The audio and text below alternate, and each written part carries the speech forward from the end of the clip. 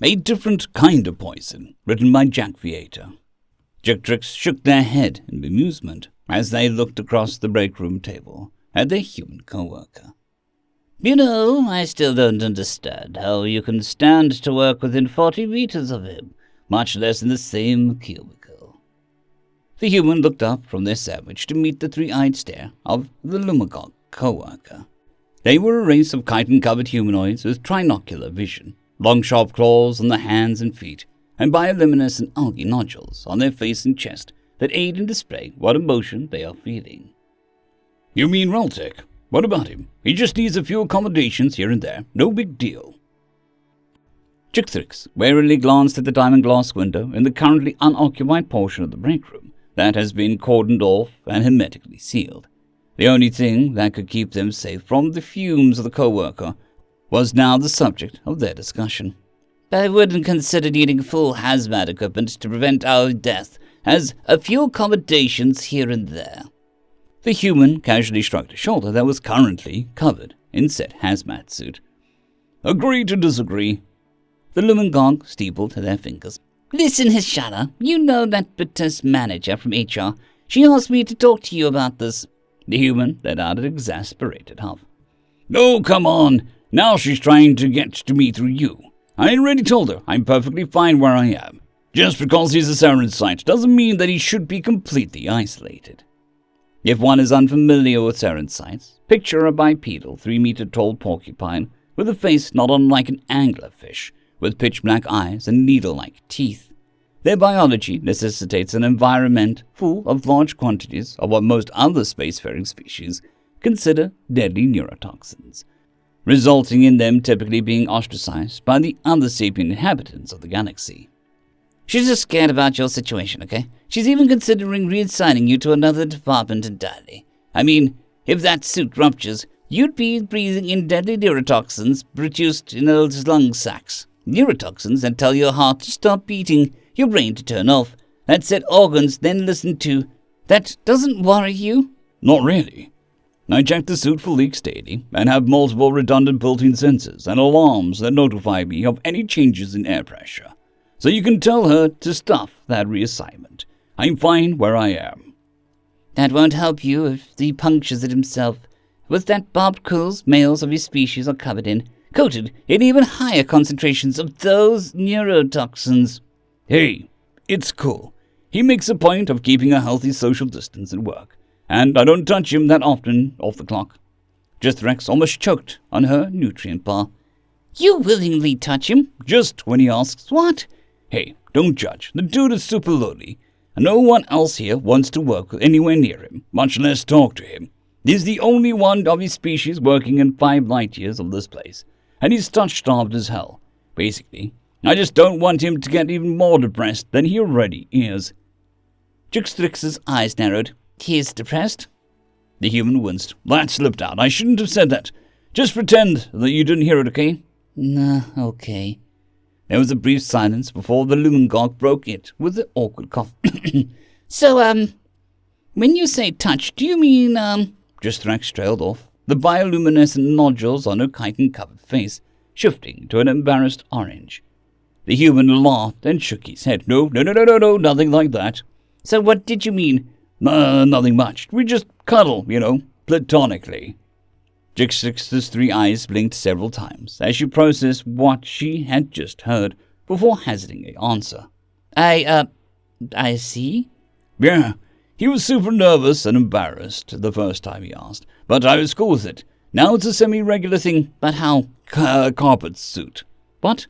The human got up and moved to the locker for a moment. When they returned, they were holding up a clearly homemade set of body coverings made entirely of thick, crudely stitched together shag carpeting attached to a hazmat helmet and oxygen tank. They met the Xeno's baffled expression with a smile. See? Carpet suit. But... Don't worry, it's not nearly as itchy as it looks. This was not the source of Jathtrix's confusion and concern, but she decided correcting the human wasn't worth the effort. Right then. Well, even putting aside the neurotoxins, he's over 3 meters tall, and I've seen his species bend industrial titanium I-beams with their bare hands. So, how? Don't worry, We thought of that too. I'm the big spoon. What?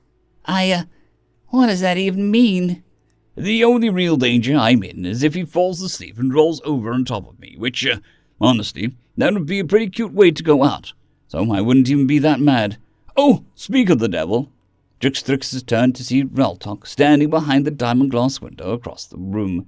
He awkwardly waved at the human with one of his clawed hands, but the human's face was troubled as they returned the wave. Juxtrix glanced at him, cocking her head to the side in confusion. What's wrong? I don't know. He just looked super upset about something. Juxtrix, belonging to a species that communicated emotions entirely by their bioluminescence, glowing different colors, was no expert on emotional language used by many species, so she decided to just take the human's word for it. As the duo watched, the towering Xeno raised a piece of musculature to his chest to reveal a bioluminescent bulb-like organ nestled in a cavity of cartilage, and looked at the human expectantly. If anything, the confused angle of Juxtrix's neck became even more acute. What is he doing? What? Oh, you've never had a conversation with the guy before. Male Sarensites don't have vocal cords to better serve their role as ambush predators by keeping quiet, so they work with what they have. I don't know the exact biological mechanisms behind it, but they have an entire language built around something similar to your glowing algae nodules. For you, it's as simple as glowing blue if you're lying, or green if you're peeved, and so on. But for him, well, just watch. With that, the human pulled out a small flashlight and hooked it into their wrist-mounted computer. They raised their wrist, pointed the computer at the alien behind the glass, and gestured between himself and the Juxtrax, to which the Sarensite hesitantly nodded in understanding that the contents of the conversation would be shared with the Lumagog. Then the bulb-like organ on his chest began glowing more intensely, shifting between several different colors, creating a colorful and downright mesmerizing light show. When he finished, the human beckoned Juxtrax to look at their computer as they set it to display both human English and Juxtrax's native language. Curious, the Lumagog peered over their shoulder at the screen.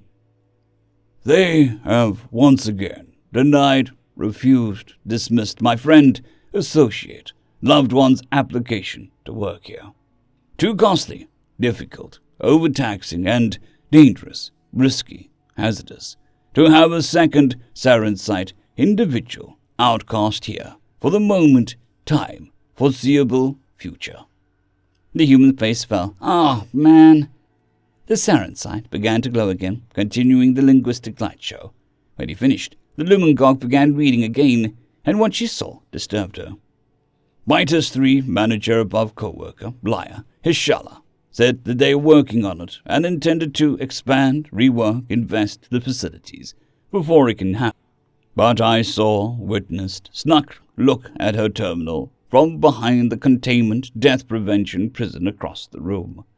I've been learning how to read Vitus standard to surprise, please familiarize her. But it was I who ended up surprised, shocked, distressed. Management have no intentions of actually doing any more changes. Want me to get so lonely, solitary, miserable, I leave, run, flee, so they can remove, undo, destroy changes to the facility. Hiring me was just to retain goodwill, acclaim, PR between them and my species. In reality, they only want normal, preferential, non-Sarensite peoples here, so they don't have to deal with my people, Sarensite pariahs. The biters are a xenospecies resembling large snakes with arms, and are nonetheless warm-blooded. The human's expression darkened with anger in sharp contrast to the dim glow of the Sarensite light playing across their face. Oh, that's manipulative. Thought manager, overseer, betrayer, Hishala, was friend, reliable, ally. Smiled at me a lot, said she appreciated my presence and hard work. Lies, untruth, trust, betrayals. Juxtrix looked up at the computer and saw the purple tears, not unlike certain brands of cough syrup she had seen humans drink when they were ill, were now slowly dripping from the Sarensite's bulbous black eyes. The human began typing, and when they hit the submit button, the flash in their hand began to shift through various colors in response.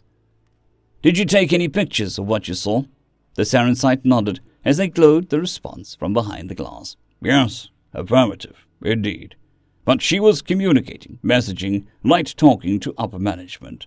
Orders from above to keep more Saren-site people unwanted out of company. I don't know how far up it goes. This is just the only job, task, income I've managed to get in almost a cycle. And it took a lot of prodding, encouraging, pleading from the Saren-site people, undesirable embassy in this sector for me to get it. Reltok gently wiped some of the tears from his face with his clawed hands. But they were swiftly replaced as he let out one final dim flash of light, like a weak candle flame being lit and snuffed out within a moment in a strong breeze. I don't know what to do. It was then that the human felt a tug on their sleeve. They looked up to see Jackviator gazing at them with grim, determined expression on their face. That was lit with a strong green glow from her algal nodules. She gestured towards the computer. May I speak with him? My colleague here, light talked with you. Reltok glanced at Jackviator before replying, the light on his bioluminescent organ still weak. The Lumagog, light feeler, truth-bound, affirmative, acquiesce okay. At least she can't lie, untruth would betray to me without me knowing it. The Lumagog began typing. Send me the pictures. I have a friend who's on the sector's labor board. Z can rip the weed out by the roots. Reltok's jaw dropped open in surprise for a moment, but his needle-like teeth were swiftly covered again as he replied, I would appreciate, grateful, thank you, that. As will I, the human said. My only regret is that it won't be me personally sticking it to those bastards. When the human was handed back the computer, there was a brief silence before Reltok began light-speaking once more. Could you, please, request Beck, come over to my quarters, nest, safe place again tonight? I'm feeling very sad, depressed, broken, angry, bitter, fury, betrayed, hurt, despair, ashamed, self-loathe. Why does this always happen? Jackviator could see the spines along the Saren-site's body ripple as it began letting out silent sobs. The human swiftly replied, Fuck it, let's just clock out now. I have PTO to burn. They can just dub this as temporary paid leave for the sake of your mental health. You need some ice cream, cuddles, and a nap. Not necessarily in that order, but definitely ASAP. Affirmative. Acquiesced. Okay. The human turned to leave, but Reltok let out a few more brief flashes as his sobbing petered out. Appreciation, grateful, thank you for treating me like any other person, individual, non-Saren-site. I may have left, ran, fled months ago, if not for your kindness. The humans smiled as they typed out a reply. Anytime, dude. With that, they grabbed this shag carpet hazmat creation and started off to trot towards the building's exit. As they went, Jackviator began furiously typing a message in the outgoing mail section of her wrist computer, occasionally glaring at the general direction of the HR department. He may inadvertently poison the air, but at least he hasn't poured poison directly in my eyes to try and make me the tool of your biases. You lying! As Jackviator continued to angrily mutter to herself, she finished the message, attached the images, and sent them with malicious smile that simply oozed righteous anger. 20 minutes later, Jackviator received a knock on her office door. She glanced up and was surprised to see Heshala in the doorway, but smothered her anger before it showed on her bioluminescence as the bits began to speak. You're the IT specialist in this branch, right? My terminal isn't accepting my login, and it's giving me some strange error message. Internally, Jackviator was cackling in a fashion befitting a supervillain from ancient Terran television programs or comic books. Externally, she merely got up and followed the biters to her desk, where she saw a small flashing message in the center of the screen. Terminal lockout in place. Protocol A15791265. Jackviator didn't even have to look up what the code meant.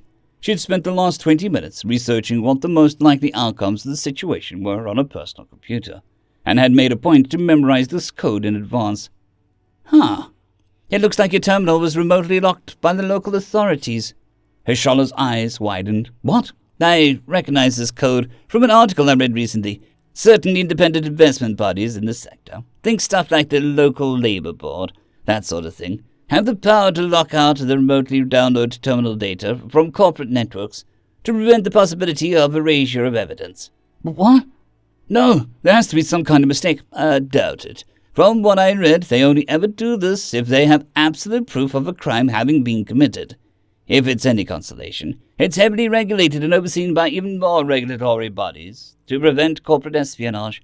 And once the investigation is concluded, all non-evidence-related documents are discarded from the authorities' servers. Jackstrix smiled. Time to twist the knife. So as long as you're not personally wrapped up in whatever's going on, you should have nothing to worry about. Eshala continued stammering for a moment, but eventually stopped and took a deep breath. Thank you for your time, but if you'll excuse me, I have to make a few calls. Jackstrix glanced down at her personal computer as she received several new notifications rapid fire. Those calls wouldn't happen to be to Marinthshish, McCready, Yangtro, and Rovlacon, would they? Eshala stopped and stared at the Jackstrix in surprise. How did you? Just received requests that head to their terminals, too. Odd. That's 4 of the 10 executives in charge of this branch. Jackstrix looked back to meet Eshla's gaze, and it was all she could do to keep herself from grinning as she saw the biters fighting off panic. She allowed herself the tiniest of smiles. Why not? A few more twists of the proverbial knife never hurt anyone, or at least not with the one holding it. Are you personally wrapped up in whatever is going on? Eshla's scale-covered lips tightened into a thin line as she glared at the Lumagog, who was presently glowing a cheery yellow of amusement in front of her. I'm quite sure I have no idea what you're referring to. Jackthrax made no attempt to hide her skepticism in her voice as she replied, turning to leave as she went. If you say so. Well, if you'll excuse me, it seems I have a few more terminals to go have a look at. Are you? Jackthrax glanced over her shoulder. Are you responsible for this? Eshala gestured towards her terminal, giving Jackthrax a vicious smile. Everyone knew Lumengongs didn't lie without being immediately obvious, and her playful air surrounded this was clearly raised Eshala's suspicions. But Jackthrax just smiled. No, she said, and her bioluminescence confirmed that it was the truth as she turned and kept walking. No, I am not responsible, she thought to herself. The human is, by making sure that Reltok stuck around long enough for it to get to this point. On the way towards what was presumably the next guilty party, she paused for a moment as a thought struck her. Why not? She opened a new series of tabs on her computer and began typing as she walked, near a store selling shag carpet. End of story. I'd greatly like to thank our Tier 5 channel members, Caspar Arnholt, John Creighton, Manatharia, 050, Dragzoon WRE, and Elijah Silvercross. Thank you very much.